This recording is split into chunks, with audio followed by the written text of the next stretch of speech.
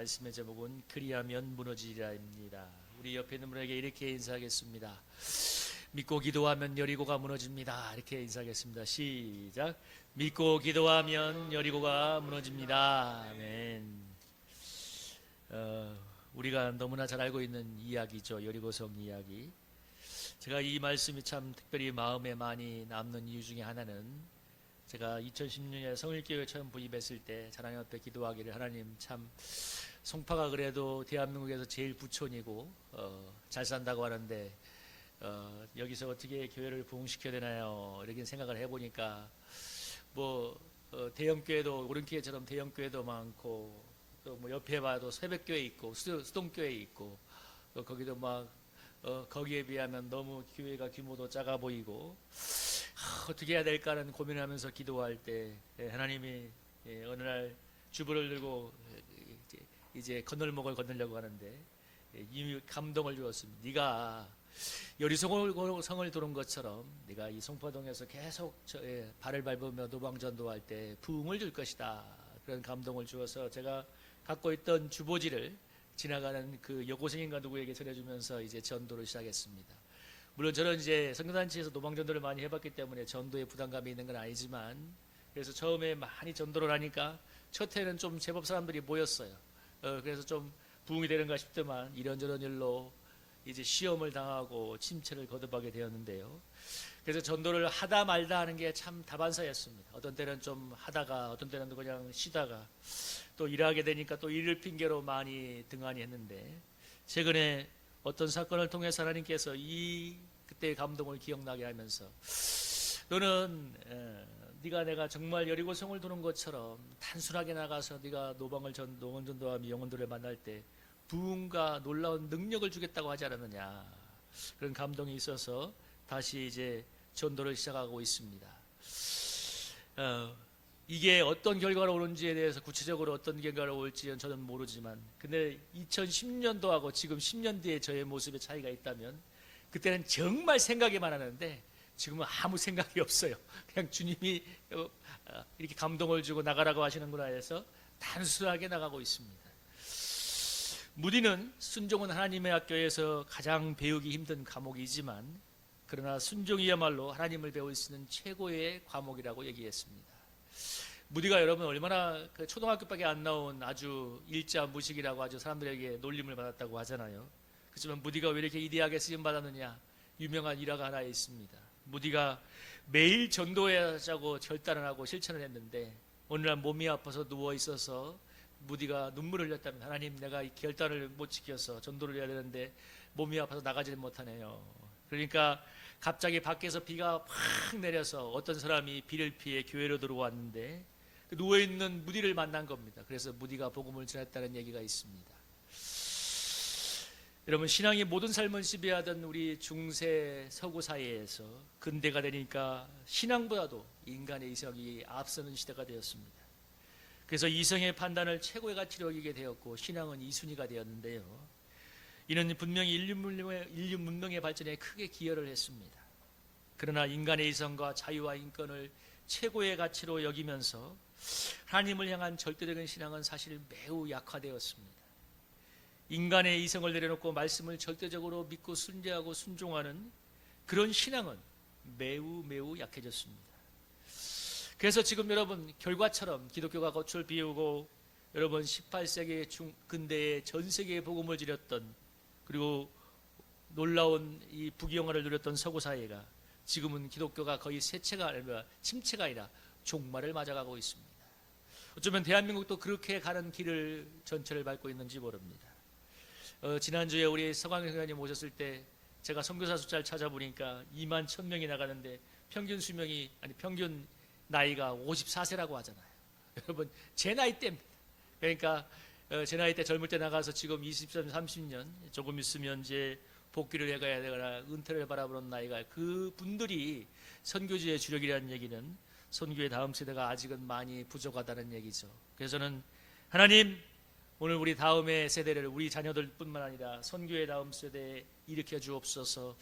우리 교회가 또 제가 그런 일에 쓰임 받았으면 좋겠습니다 하며 기도하고 있는데, 저는 이런 비전이 하나 있습니다. 우크라이나에서 여러분 저는 북한의 그 젊은 병사들이 돌격 앞으로 하는 장면을 보면서 처음에는 굉장히 서글픔을 느꼈습니다. 야, 저 이역 말리에 가서 저렇게 의미 없이 죽어야 될까? 드론에 쫓겨다니면서. 근데 또 한편 어떤 마음에 큰 참 감동이자 비전이 왔냐면, 야, 저런 젊은이들에게 복음이 들어간다면 예수님이 말씀하시면 순교를 각오하고 복음을 전하는 전사가 되겠구나 하는 비전이 왔습니다. 여러분, 그러니까 어떻게 쓰임 받는가? 그 악한 김정은 정권 그 하나 그 배를 그들의 배를 채워주기 위해서 그 젊은 병사들이 피를 흘리고 있지만, 그렇지만 그들이 그렇게 정말 돌격 앞으로 하는 그 명령 앞에 목숨을 걸고 나가는 그들을 보면서, 야, 저런 사람들이 변화가 된다면 정말 순교를 가고 복음을 전할 수 있는 전사가 되지 않을까? 야, 그런 일을 그들을 세우는 일을 할 수 있다면 정말 나의 남은 인생이 의미가 있겠다는 생각이 많이 들었습니다. 여러분, 그러려면 우리가 먼저 훈련이 돼야겠죠, 그죠? 우리가 정말 말씀과 기도와 또 순종의 사람이 돼야 될 것입니다. 그런 말씀에서 오늘 우리 여리고성 사건은 우리의 신앙을 어떻게 도약시킬 것에 대해서 아주 중요한 통찰을 보여주고 있습니다. 여러분, 여리고 사건은 우리가 너무나 잘 알고 있는 사건이죠. 하나님께서 여리고성을 돌라고 말씀하지 않습니까? 하루에 한 번씩 7일간 도는데 마지막에는 여러분 7번을 돌고, 그리고 침묵하고 있다가 마지막에 외치라고 할 때 외칠 때 그 성이 무너질 거라는 얘기였습니다. 그리고 또 성경은 그대로 되었다고 말하고 있습니다. 여러분, 얼마나 만화 같은 이야기입니까? 우리야 정말 믿고 성경을 너무나 당연하게 믿으니까 정말 믿음으로 반응하는 것이지만, 세상 사람들에게 이것은 얼마나 만화 같은 이야기일까요? 그래서 서구에서 자유주의 신학이 유행할 때는 이 여리고성 사건을 인간의 이성으로 자꾸 해석하려고 어떤 얘기를 했냐면, 거기에서 그때 지진이 일어나서 성이 무너졌다, 막 온갖 과학적인 조사를 하고 난리였습니다. 그러니까 하나님이 능력으로 진동을 일으켜서 성을 무너뜨렸다는 것을 믿지 못하는 거예요. 만화 같은 이야기임에도 불구하고 순종하여 여리고성을 돌므로써 여리고성을 마침내 무너뜨렸습니다. 여러분, 저는 이 본문이 왜 생각이 나냐면, 만약에 이들이 출애굽하기 전 40년 전에 하나님께서 동일한 명령을 냈으면 여러분, 저는 100% 그들은 불순종했을 거라는 생각이 들었습니다. 여러분, 무슨 일 안 그랬을까요? 만약에 여호수아에게 말했던 것처럼, 야, 너희가 이 여리고성을 정말 하루에 한 번씩, 여리고성을 도는 게 쉬운 게 아닐 거 아니에요. 작은 성도 아닐 건데, 거기 몇 시간씩 돌아야 될 건데, 여리고성을 돌라고 하면, 그러면 무너진다고 얘기할 때 사람들의 반응이 뭐였을까요? 40년 전에는, 야, 이 무더운 중동의 때달에서 이 무슨 헛짓거리를 하고 있느냐. 그리고 성이 돈다고 무너지면 다 돌지. 여러분, 그 핵심은 그거 아니겠어요? 여러분, 저나 여러분이나 맞아요. 성을 돌면 여리고성가 무너진다면 누가 못 돌겠어요. 근데 인간의 이성은 그걸 납득할 수가 없는 거예요. 성이 돈다면 차라리 공성무기를 만들어서 성을 타넘으라고 얘기. 그때 내가 은혜를 주겠다, 용기를 주겠다면 좀 더 나은데, 성을 돌면 무너진다는 얘기가 얼마나 만화 같은 얘기합니까? 그들이 출애굽한 뒤에 홍해를 육지처럼 건너고 나는데 약속의 땅 가나안 목전을 두고 12정탐을 먼저 보낸 사건이 민수기에 나오고 있습니다. 민수기에 보면, 민수기 13장 후반부에 보면 그게 뭐냐면 이제 12정탐을 이렇게 보냈는데 25절부터 쭉 보면 그들이 이렇게 12정탐이 갔다 와서 보고하기를 31절 32절에 보면 이렇게 이야기하죠.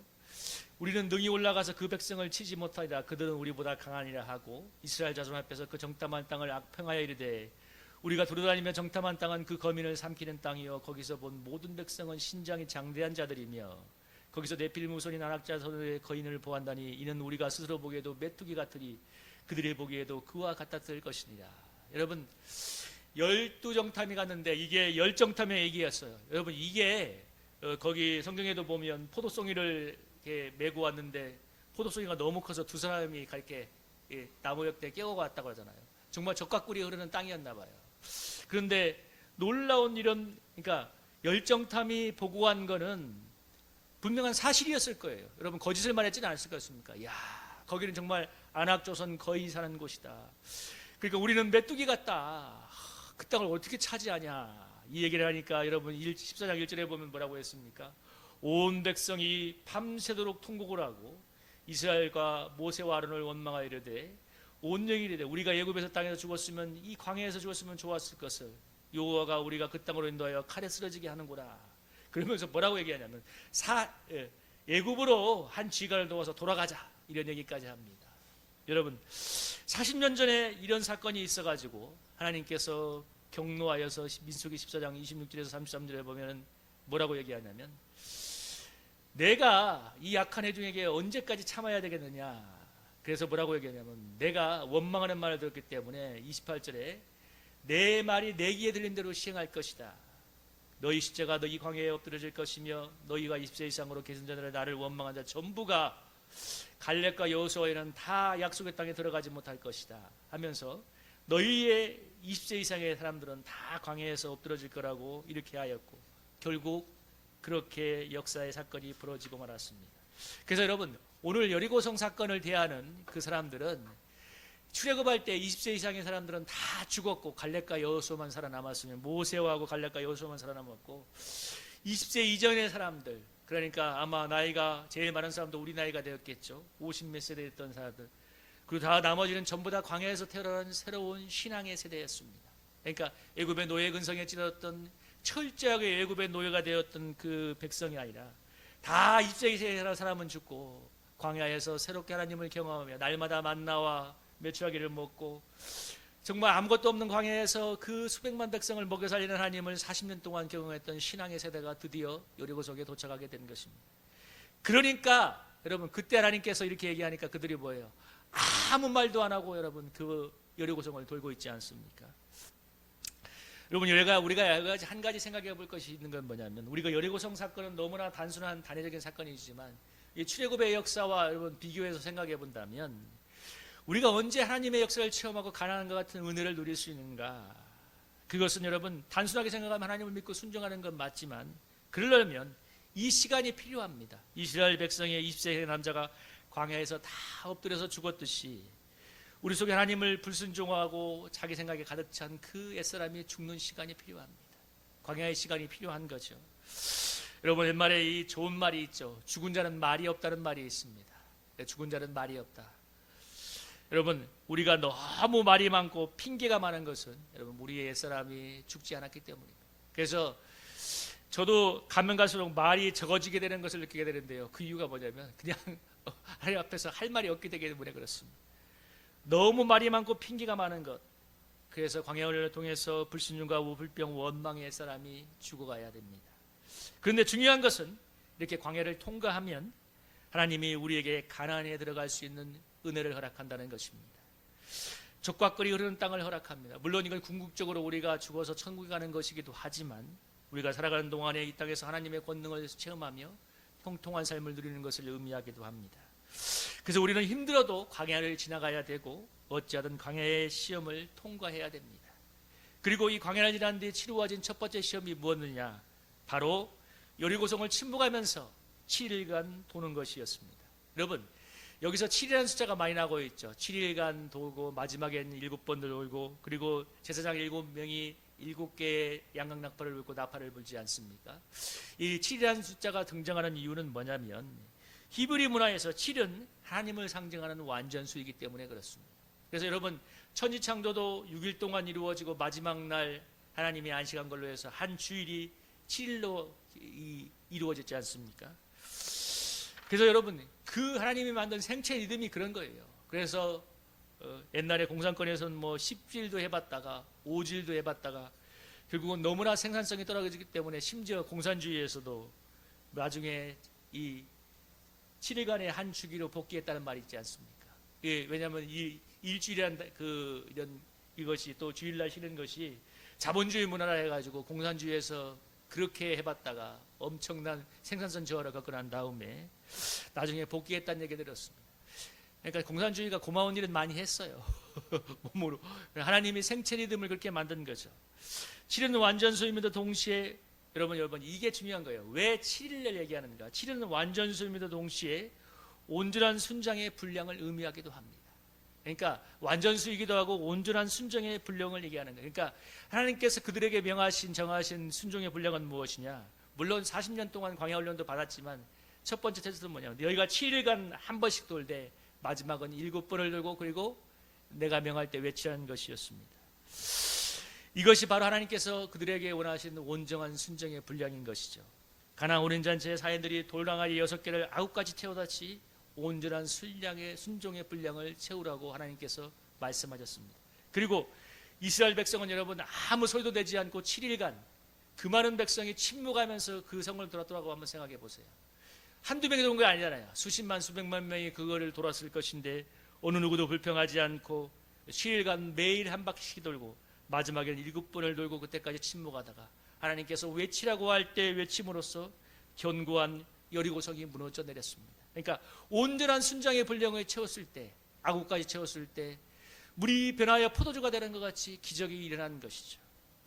여러분, 이성적으로 생각하면 성을 돈다고 성이 무너집니까? 여러분, 우리의 고민은 늘 그겁니다. 그래서 목사님들이 말씀을 전하면 많은 성도들은 그렇게 얘기를 해요. 목사님은 사회생활을 안 해봐서 우리가 얼마나 먹고 살기 힘든지 몰라요. 현장에 가보세요. 주일성도 하는 것도 정말 힘들어요. 여러분, 나름대로의 자기의 합리화를 합니다. 여러분, 그들의 그 얘기가 어떤 면에서는 틀린 말은 아니죠. 여러분, 그래서 문제인 거예요. 맞아요. 힘들어요. 주일성수 한번 하는 것도 정말 힘들어요. 그래요, 여러분 신앙은 그런 현실과 상황이 아니라 그걸 뛰어넘고 몸의 순종을 할 때 인간의 이성을 초월하는 전능한 주님을 만나게 되는 것입니다.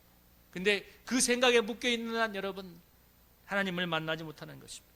여러분, 제가 아까 처음 얘기했죠. 부임초에 그 감동이 왔을 때 여러분, 제가 정말 매일같이 나가서 전도하며 하나님의 은혜를 구했다면 절대로 여러분 현실은 엄청나게 달랐을 거라는 생각이 듭니다. 그런데 그 감동이 10년 만에 생각나면서 다시 한번 힘을 내고 있는데요. 중요한 건 제가 생각해봐도 하나님이 채우라는 분량을 내가 채우지 못했구나, 하려고는 했는데 하는 생각이 들어서 이제 마저 채우자, 마저 채우면 하나님께서 일하지 않겠는가 하는 믿음이 생겨납니다. 여러분, 맞아요. 단순하게 나가서 전도한다고 어떤 일이 벌어질까 이 생각을 하고 있는 한 아무 일도 벌어지지 않습니다. 그러나 하나님이 주신 감동의 말씀, 하나님의 뜻을 생각하고 단순하게 지속적으로 하나님의 뜻에 순종할 때 반드시 여러분 여리고성이 무너지는 역사가 일어날 줄로 믿습니다. 여러분, 우리 각자에게는 내가 믿음으로 둬야 될 여리고성이 있습니다. 어떤 사람은 마음의 연약함도 있고 어떤 사람은 삶의 여러 가지 여리고성 같은 문제들이 있습니다. 그런데 여러분, 이것을 넘어서고 무너뜨리려면 여러분 우리가 주님께서 내게 주신 방법과 내게 주신 분량을 채워야 됩니다. 이게 중요해요. 여러분, 뭐예요? 여리고성이 무너지기를 원한다면 주님이 내게 주신 방법과 그 분량을 내가 채워야 됩니다. 저 이 말씀하면서 작년에 다니엘교회에서 간증했던 그 김유비 목사님이 생각났습니다. 어릴 때 아버지에게 너무나 많이 맞아서 상처를 받았던 그 목사님이 여러분 내면이 억눌려서 말이 잘 안 나왔다고 했잖아요. 근데 그가 그것을 극복한 이유가 뭡니까? 지하철에서 누군가 전도하라는 얘기를 듣고 지하철에서 노방전도를 하니까 너무너무 말이 안 나와서 힘들었다가 나중에 선생님들한테 그러잖아요. 제가 이 두려움과 연약함을 극복하라고 여러분들한테 복음을 전하니까 들어달라고 그러면서 7번인가 8번 나가서 전도하고 나니까 자기를 묶었던 모든 결박이 풀어지고, 여러분 그분의 간증하는 걸 들어보면 누가 그분의 마음에 상처가 있고 그 말이 어눌하다는 게 상상이 되겠습니까? 그를 얼렸던 견고한 증거 같은 여리고성을 여러분 하나님 그가 단순하지만 입을 외치며 전도함으로써 그를 결박이 풀어져 버리는 것입니다. 여러분 그분이 참 그 말이 저는 마음에 와요. 감정이 나에게 어떻다고 말해도 감정이 나에게 다르다고 말해도 진리를 믿고 받아들일 때 치유의 역사는 일어난다고 하지 않습니까? 본인이 체험했으니까. 본인이 마음이 연약해서 말도 못하던 사람이었는데 나가서 지하철에서 사람들에게 복음을 전할 때 그 진리가 역사할 때 자기를 치유한 것을 체험해서 여러분 지금 사람들에게 치유를 나누어주고 있지 않습니까? 우리 각자의 마음에 여리고성이 있습니다. 내 힘으로 넘을 수 없는 견고한 진이 있고 내 인생에 여러 가지 일들이 있습니다. 여러분 이걸 위해서 우리가 기도하며 순종해야 되는데 첫 번째는 여러분 기도의 분량을 채워야 돼요. 너는 내게 부르짖으라 내가 내게 응답하고 크고 비밀한 일을 이루리라는 그 말씀을 믿고 여러분 하나님의 기도의 분량에 찰 때까지 해야 돼요. 그리고 또 우리의 삶의 순종을 해야 되는데, 근데 여러분 첫째로 기도의 분량을 채우려고 하면 대부분의 사람들이 기도가 안 될 때가 많아요.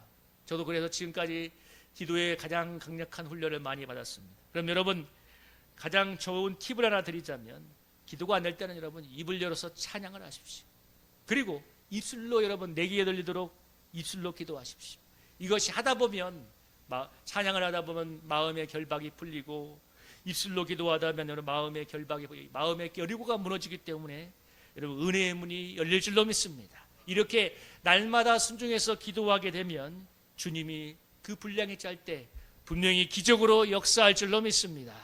우리 사랑하는 성도님들, 저나 여러분이나 여러분, 우리가 예수님 믿고 천국 가고 신앙생활 천국 가는 것은 너무나 큰 은혜요 축복이지만 여러분, 우리가 우리 인생의 여리고성을 무너뜨림으로써 다른 사람들에게 무엇이 하나님의 역사와 은혜를 현장할 수 있는 간증이 있다면 여러분, 그것이 얼마나 하나님께 영광이 되고 우리를 통하여 하나님의 역사가 이루어지겠습니까? 여러분, 오늘도 우리가 정말 아버지 오늘 말씀에 도전을 받아서 우리가 여러분 기도의 분량을 채우고 손과 발을 들여서 순종의 분량을 채움으로써 하나님께서 내가 넘으라고 하는 그 여리고성을 무너뜨리고 하나님의 영광을 볼 수 있는 저와 여러분이 될 수 있기를 주님의 이름으로 축복합니다.